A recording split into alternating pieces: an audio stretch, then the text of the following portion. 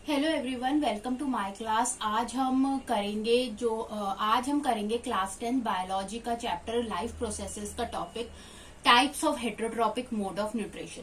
Previous class में हमने पढ़े थे कि जो न्यूट्रिशंस होते हैं उनके दो टाइप्स होते हैं, ऑटोट्रॉफिक मोड ऑफ न्यूट्रिशन होता है और हेटेरोट्रॉफिक मोड ऑफ न्यूट्रिशन होता है। तो एक क्विक रिवीजन कर लेते हैं।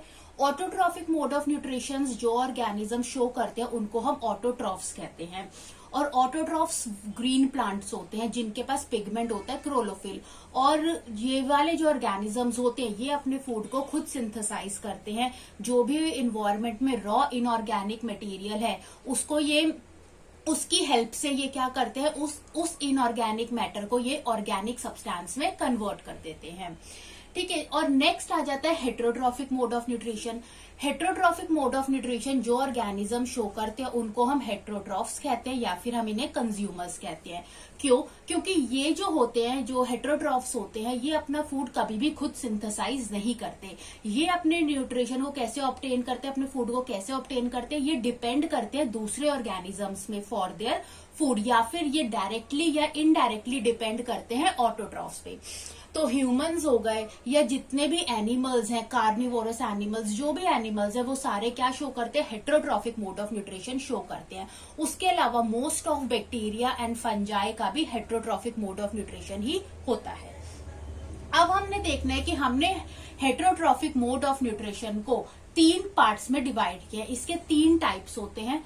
फर्स्ट होता है saprotrophic mode of nutrition, saprotrophic mode of nutrition. Second होता है parasitic mode of nutrition and third होता है होलोजोइक मोड ऑफ न्यूट्रिशन। ये तीनों टाइप्स हैं किसके, हेटेरोट्रॉफिक मोड ऑफ न्यूट्रिशन के। तो इस क्लास में हम इन तीनों टाइप्स को स्टडी करेंगे। सबसे पहले हम स्टार्ट करते हैं सेप्रोट्रॉफिक मोड ऑफ न्यूट्रिशन से। सेप्रोट्रॉफिक मोड ऑफ न्यूट्रिशन क्या होता है?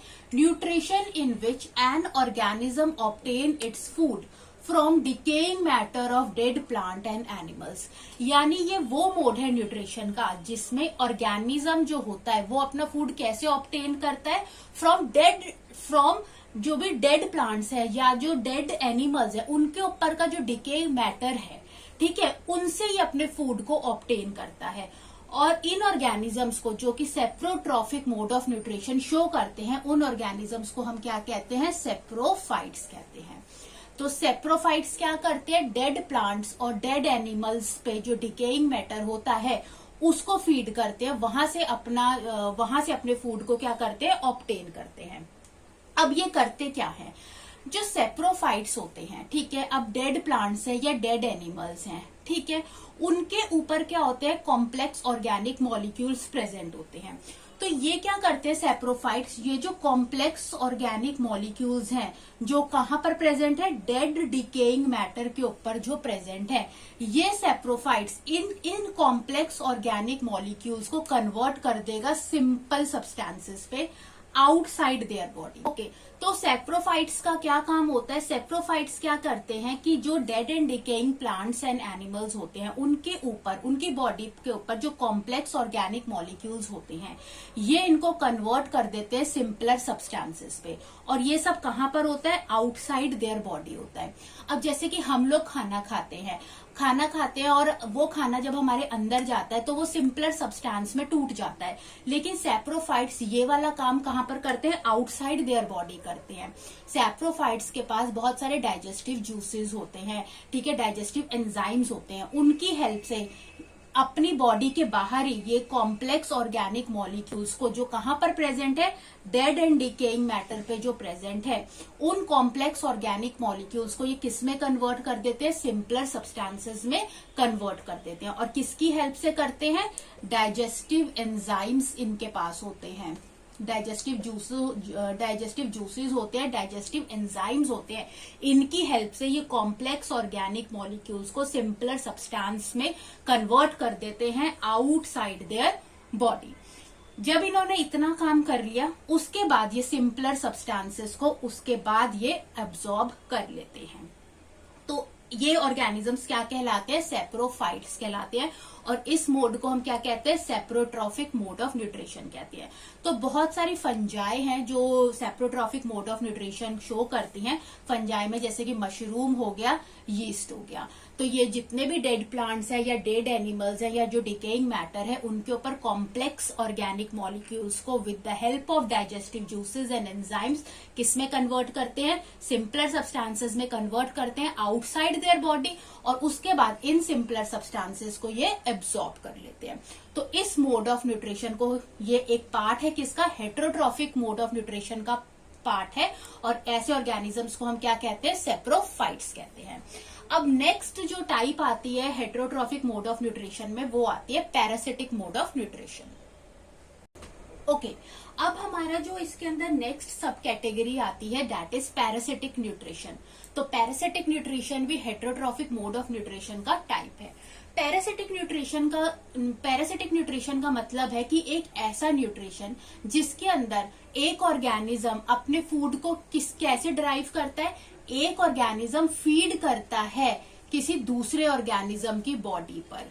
ऐसे मोड ऑफ न्यूट्रिशन को हम पैरासिटिक मोड ऑफ न्यूट्रिशन कहते हैं, कि जिसके अंदर एक ऑर्गेनिज्म अपना फूड डिराइव करता है, अपने फूड को ऑब्टेन करने के लिए वो दूसरे ऑर्गेनिज्म की बॉडी पर डिपेंड करता है। ठीक है, वो उस ऑर्गेनिज्म को मारता नहीं है, ठीक है, लेकिन उसको हार्म जरूर पहुंचाता है।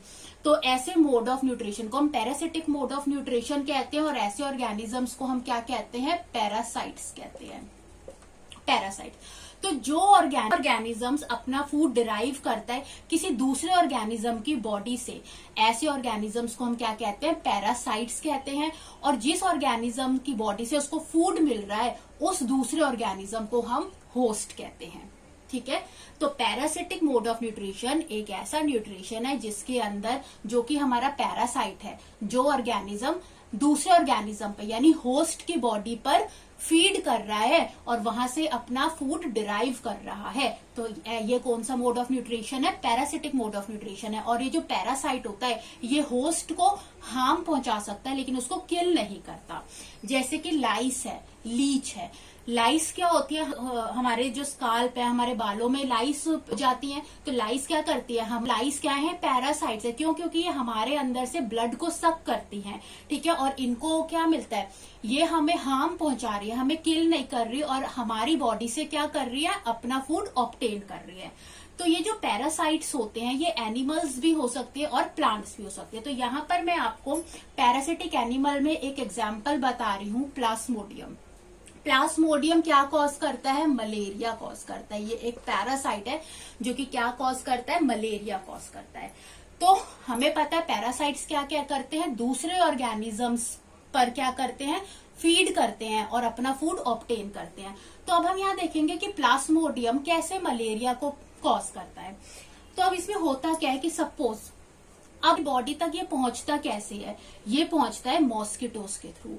अब होता क्या है कि अगर सपोज कोई अनइन्फेक्टेड मॉस्किटो है, उस अनइन्फेक्टेड मॉस्किटो ने किसी इन्फेक्टेड पर्सन जो कि जिसको ऑलरेडी मलेरिया हो चुका है, उस मॉस्किटो को उस पर्सन को इस अनइन्फेक्टेड मॉस्किटो ने बाइट किया, तो होगा क्या, मलेरिया कौन कॉज कर रहा है, प्लाज्मोडियम कॉज कर रहा है। तो ये वाला पैरासाइट जो हो जाएगा ये किसके अंदर आ जाएगा, इस मॉस्किटो के अंदर आ जाएगा। और अब ये जो हमारा मॉस्किटो है ये क्या हो चुका है, इन्फेक्टेड हो चुका है।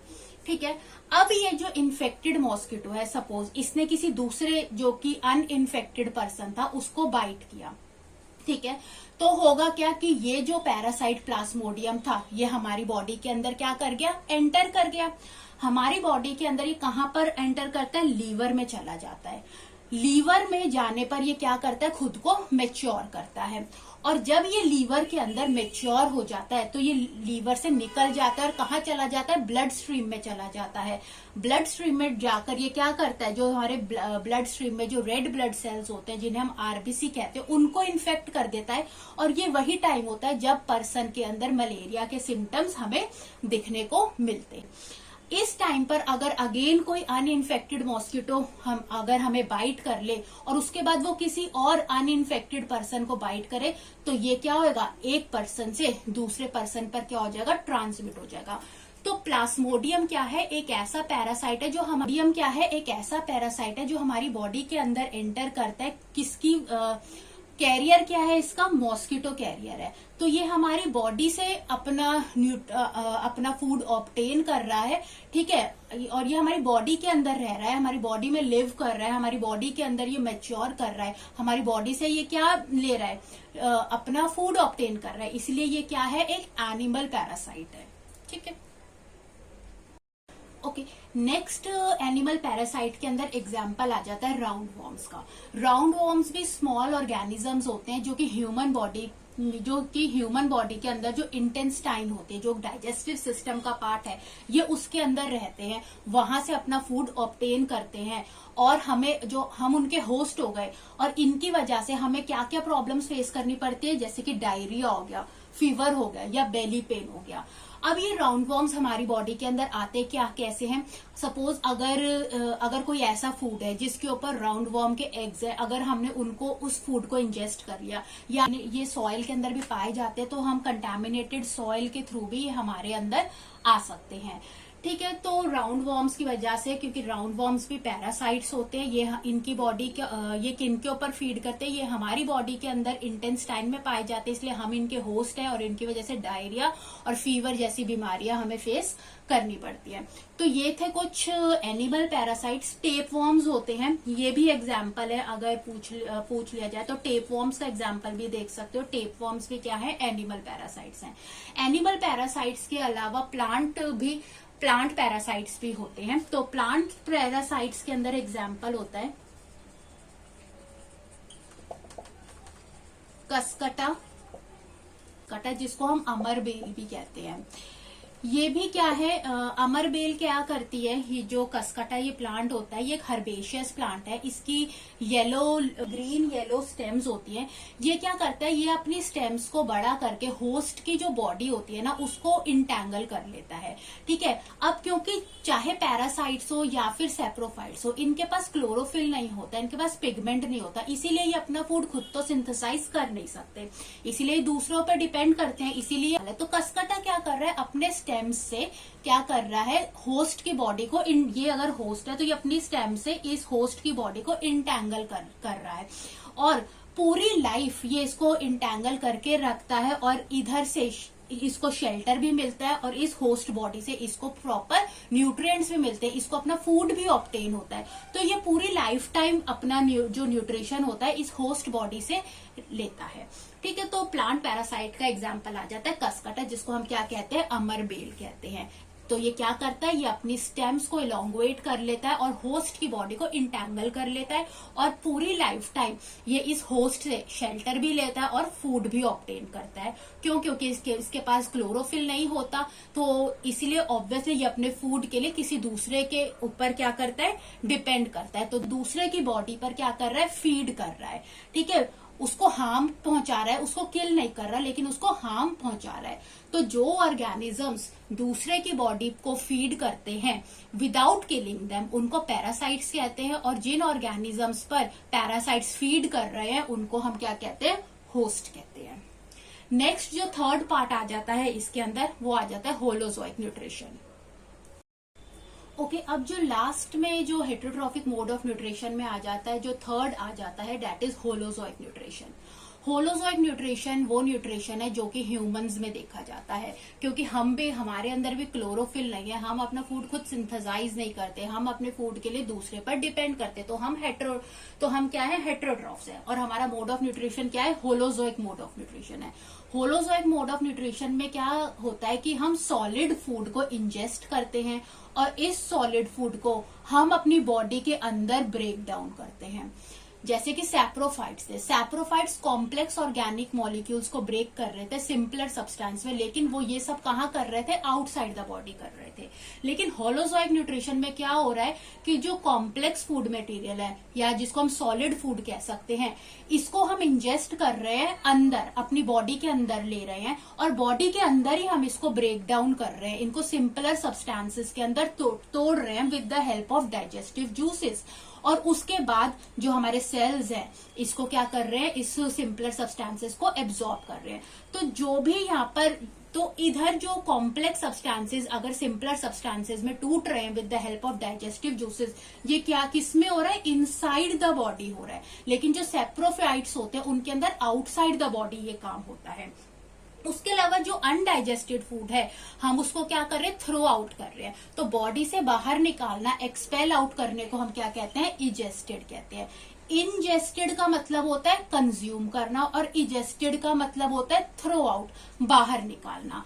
तो ये जो मोड ऑफ न्यूट्रिशन होता है किसमें देखा जाता है, ह्यूमंस में देखा जाता है। ज्यादातर एनिमल्स में होलोजोइक मोड ऑफ न्यूट्रिशन ही देखा जाता है। इसके अलावा अमीबा के अंदर भी होलोजोइक मोड ऑफ न्यूट्रिशन ही देखा जाता है। तो ये थे 3 सब types heterotrophic mode of nutrition के। अगर आपको अच्छा लगा ये वीडियो, समझ आया हो, तो आप इस वीडियो को जरूर लाइक करें एंड हमारे चैनल को सब्सक्राइब करें। Thanks for watching.